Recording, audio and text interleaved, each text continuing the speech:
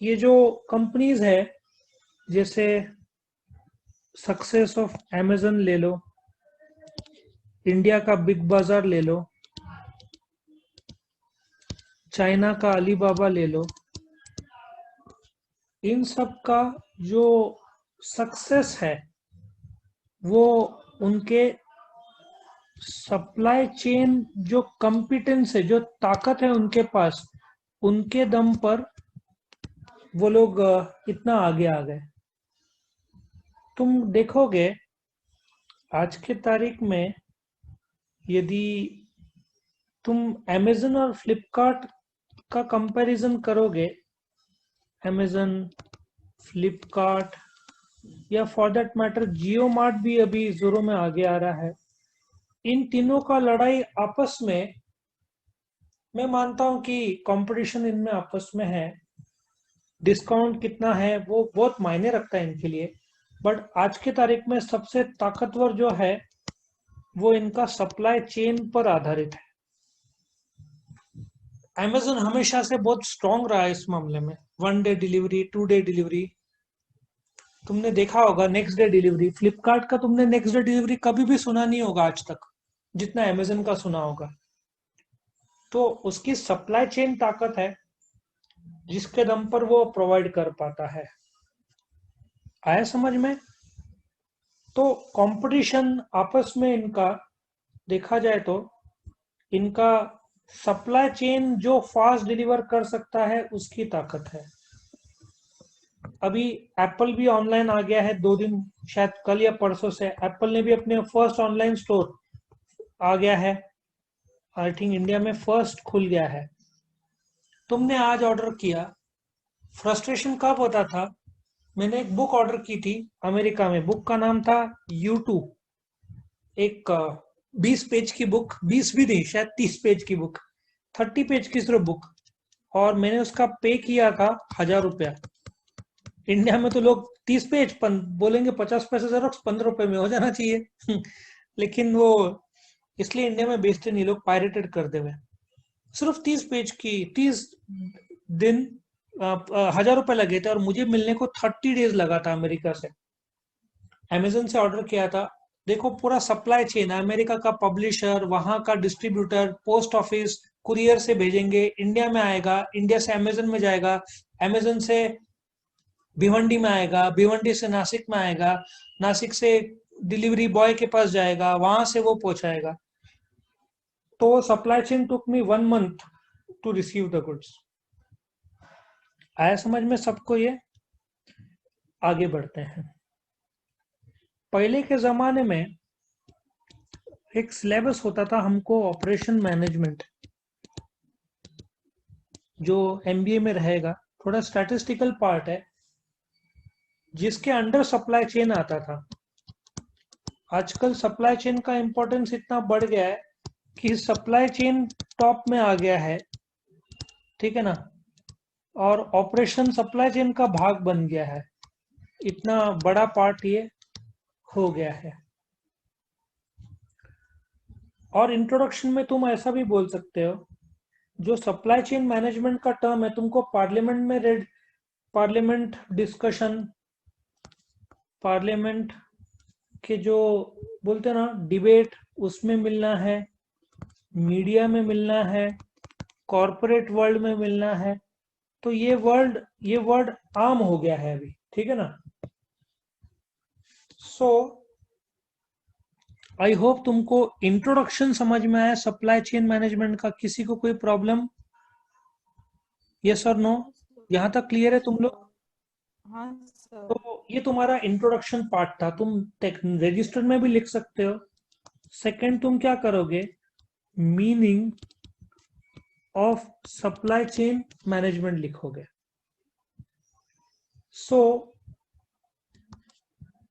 Supply chain management बोलेंगे are network of companies. आज के तारीख में network of companies. Now let us understand, ये जो टर्म है अभी नेटवर्क के तौर पर यूज होता है। ये नेटवर्क का बेसिक लेवल पे मीनिंग क्या है, लेट अस अंडरस्टैंड। तो चैनल जो डिस्ट्रीब्यूशन होगा, मैन्युफैक्चरर,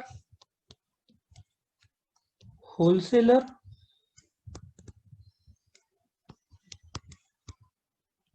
रिटेलर, कस्टमर, ये एक चैनल ऑफ डिस्ट्रीब्यूशन हो सकता है, या मैन्युफैक्चरर, रिटेलर और कस्टमर हो सकता है, ठीक है ना। या ऐसा भी बोल सकता हूं, मैन्युफैक्चरर और कस्टमर डायरेक्टली हो सकता है। तो ये जो चैनल है, ये इसका एग्जांपल तुम सोप इंडस्ट्री का दे सकते हो, जहां पे दे कैन यूज मैन्युफैक्चरर से होलसेलर, होलसेलर से रिटेलर और कस्टमर। ये जो इसका एग्जांपल जो है, ये यहाँ पे बिग बाजार का एग्जांपल दे सकते हैं कि मैन्युफैक्चरर, रिटेलर और कस्टमर, ठीक है ना। मतलब मैन्युफैक्चरर होलसेलर को आउट कर दिया है, manufacturer sells to retailer which is the big Bazaar, और मैन्युफैक्चरर तुम प्रॉक्टर एंड गैम्बल कंपनी ले लो, एग्जांपल डिटर्जेंट। डिटर्जेंट वो बीच में बिग बाजार ने क्या बढ़िया रखा था, 50% डिस्काउंट आई थिंक सर्फ का था, मतलब 5 किलो पे बहुत बढ़िया रेट था। आई थिंक मुझे लग रहा है 1500 रुपए का वो 900 रुपए में बेच रहे थे। सो इसका कारण है होलसेलर का प्रॉफिट मार्जिन बच गया, मैन्युफैक्चरर का, होलसेलर को 10-20% देने की जरूरत नहीं है, रिटेलर को डायरेक्टली उन लोगों ने बेचा। या एक और है मैन्युफैक्चरर से कस्टमर, जिसमें कंपनी का नाम भेल, भेल मतलब भेलपुरी नहीं भाई, भारत हैवी इलेक्ट्रिकल लिमिटेड, ये टरबाइन्स देंगे, टरबाइन्स, ये जो स्टेट इलेक्ट्रिसिटी बोर्ड होते हैं वो उनके कस्टमर होंगे। सो यहाँ पे सिंगल बोलते हैं ना, मैन्युफैक्चरर डायरेक्टली कस्टमर को बेच रहा है, ये भी होता है। लेकिन ये नेटवर्क का मीनिंग क्या है, लेट अस अंडरस्टैंड। अब सेम एग्जांपल को मैं नेटवर्क के रूप में बताता हूं।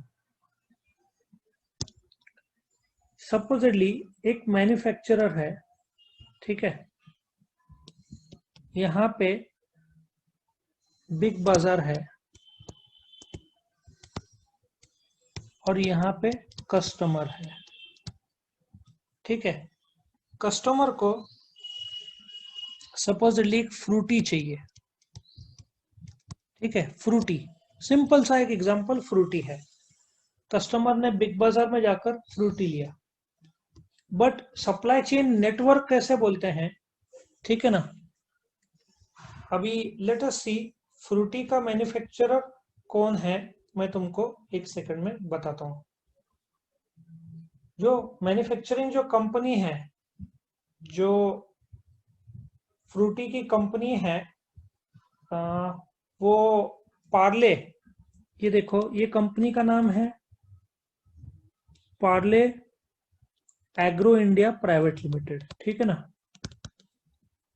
Private limited. फ्रूटी लॉन्च हुआ था 1985। अब तुमको समझ में आएगा, मैन्युफैक्चरर को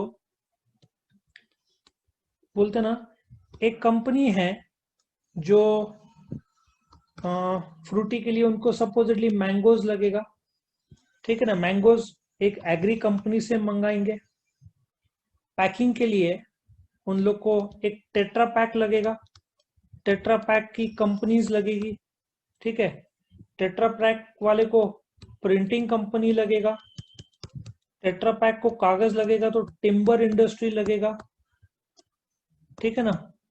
फिर बिग बाजार पहुंचने के लिए उनको ट्रांसपोर्ट लगेगा, ठीक है ना। और टेट्रा पैक में जैसे कल नाम प्रिंट होता है टिम्बर में, तो कुछ केमिकल इंडस्ट्री का रोल आएगा।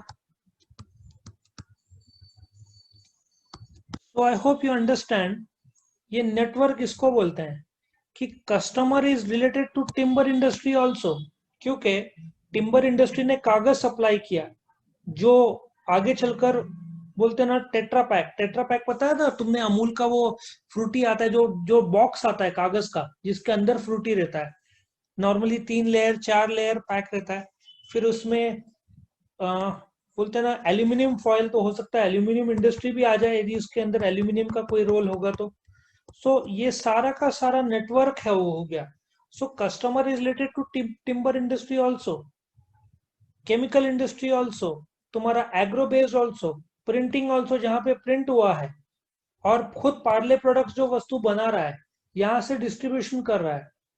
तो सप्लायर इतना ही नहीं है, सप्लायर बहुत बड़ा नेटवर्क होता है।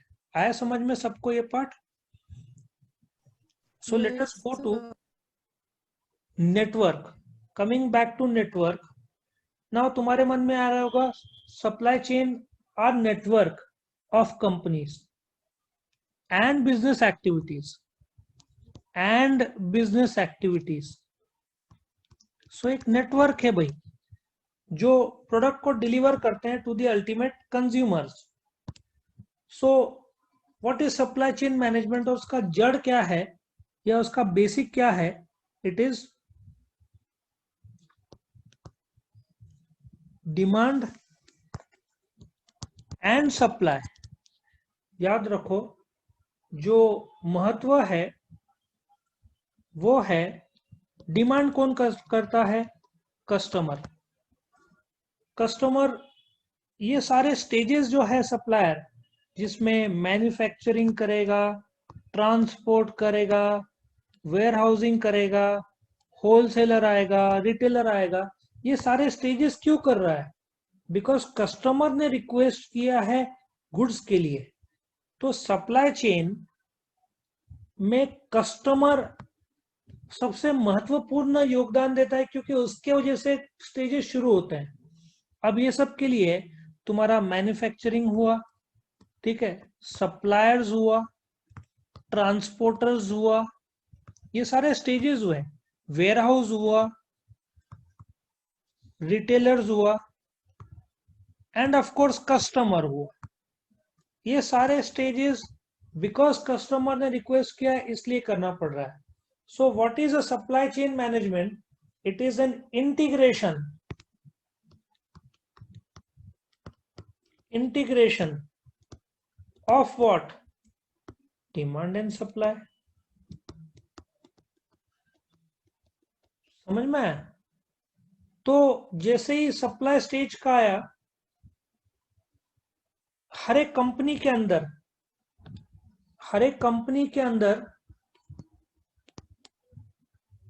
सप्लाई चेन इंक्लूड्स वो सारा फंक्शन जिसमें कस्टमर ने रिक्वेस्ट किया है कि भाई मेरे को फ्रूटी चाहिए, लेकिन यहाँ पे शुरू होगा कंपनी का काम। कंपनी बोलेगा प्रोडक्ट डेवलपमेंट करना पड़ेगा, किया है तो इम्प्रूव करना पड़ेगा,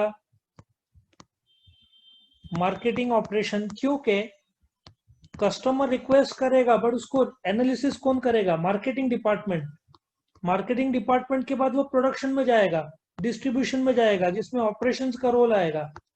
ये सब के लिए पैसा लगेगा। कस्टमर सर्विस बोलते हैं ना, after sale service, repairing, servicing, customer service, ये सारा सप्लाई चेन मैनेजमेंट का एक बहुत बड़ा भाग है। आई होप समझ में आया तुमको, ठीक है ना? सो बोलने का तात्पर्य यह है कि customer is an integral part of the supply chain. उसके बिना सप्लाई चेन शुरुआत तो कस्टमर ने दिया, बाद के स्टेप्स उसके बिना कुछ फायदा ही नहीं। सो what is supply chain? it includes movement of goods. कहां से? सप्लायर से। सप्लायर क्या सप्लाई करता है? Raw materials. रॉ मटेरियल्स किसके पास जाएगा? मैन्युफैक्चरर के पास जाएगा। मैन्युफैक्चरर क्या करेगा? उसको फिनिश गुड्स का रूप देगा। फिनिश गुड्स बनाने के बाद कहां जाएगा? डिस्ट्रीब्यूटर के पास, होलसेलर, रिटेलर, डिस्ट्रीब्यूटर, ठीक है। और फिर इसमें ट्रांसपोर्टेशन आ जाएगा, फंड्स लगना है सबको, और अल्टीमेटली, ठीक है ना, ये जो इंफॉर्मेशन है ये सबके बीच शेयर होगा। इंफॉर्मेशन के बिना तो कुछ भी पॉसिबल नहीं है।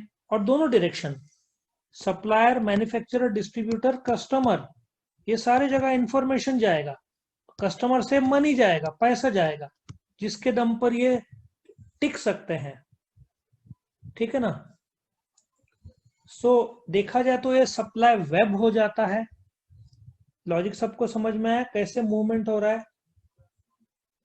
तो जो Yes, सप्लाई sir. चेन है तुम्हारे सामने, वो मैन्युफैक्चरर, होलसेलर, रिटेलर, कस्टमर, या मैन्युफैक्चरर, रिटेलर, कस्टमर, या मैन्युफैक्चरर, कस्टमर। मैंने तुमको भेल का एग्जांपल दिया था, भारत हेवी इलेक्ट्रिकल लिमिटेड का, ये भी एक पॉसिबिलिटी है। इसका मतलब जो सप्लाई चेन था ट्रेडिशनल, ये जो ऐसे ड्रॉ करते हैं हम ऑपरेशन मैनेजमेंट में, ये मैन्युफैक्चरर, होलसेलर, रिटेलर, ये सर्कल आएगा, देन कस्टमर। ये जमाना बदल गया बेटा, अभी ऐसा नहीं रहा है। होलसेलर के सब होलसेलर हो सकता है, रिटेलर कैन हैव मल्टीपल ऐसे डिस्ट्रीब्यूटर्स। मैंने बताया था ना, टिम्बर इंडस्ट्री, केमिकल इंडस्ट्री, ये सब अभी नेटवर्क हो गया है। So it can be this way, it can be this way, और ये यहां से एक और ऐसे बन सकता है, एक और बन सकता है, और अल्टीमेटली ये सब कस्टमर तक पहुंचेगा। आजकल का सप्लाई चेन इज, बोलते हैं ना, मोर डीपर इन नेचर, ठीक है। Last example I can give you. Customer बोलता है कि मुझे डिटर्जेंट चाहिए, शुरुआत कस्टमर से होता है, ठीक है ना। If you check out the company Procter and Gamble, जो डिटर्जेंट है, ठीक है ना, जो डिटर्जेंट बनाता है प्रॉक्टर एंड गैम्बल, उसके बारे में हम डिस्कस करेंगे। एरियल, ये जो प्रॉक्टर एंड गैम्बल कंपनी है, ये एरियल बनाता है। तुमने सुना होगा एरियल का नाम, सुना है सबने? ये डिटर्जेंट बनाता है। प्रॉक्टर एंड गैम्बल से ऐसे सोचो, एक third party distribution, third party dealer या डिस्ट्रीब्यूटर वहां से जाएगा बिग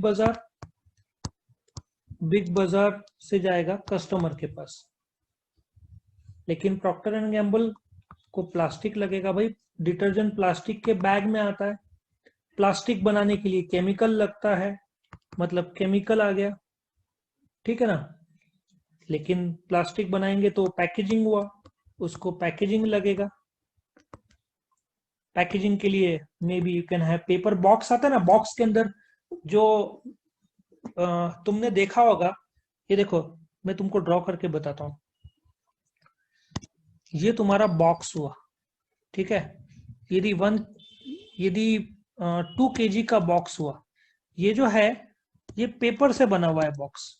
इसके अंदर ऐसे 2 पैकेट्स होंगे, ये दोनों पैकेट्स होंगे प्लास्टिक के, प्लास्टिक इंडस्ट्री, ये प्लास्टिक के होंगे, ठीक है ना। आई होप तुमको समझ में आ रहा है प्लास्टिक। लेकिन भाई ये पेपर को मुझे टिम्बर इंडस्ट्री भी तो लगेगा, पेपर टिम्बर इंडस्ट्री से आएगा। ये सारा नेटवर्क इज सप्लाई चेन, मतलब customer is related to the timber industry also. क्या तुमको सबको एक कंसेप्ट समझ में आया सप्लाई चेन का? Yes, sir. अभी हमने क्या देखा, सप्लाई चेन का के बारे में देखा, ठीक है ना। वीडियो पसंद आया तो लाइक कीजिए, अपने फ्रेंड्स के साथ शेयर कीजिए, उनका भी फायदा हो, और चैनल को सब्सक्राइब कीजिए। Thank you.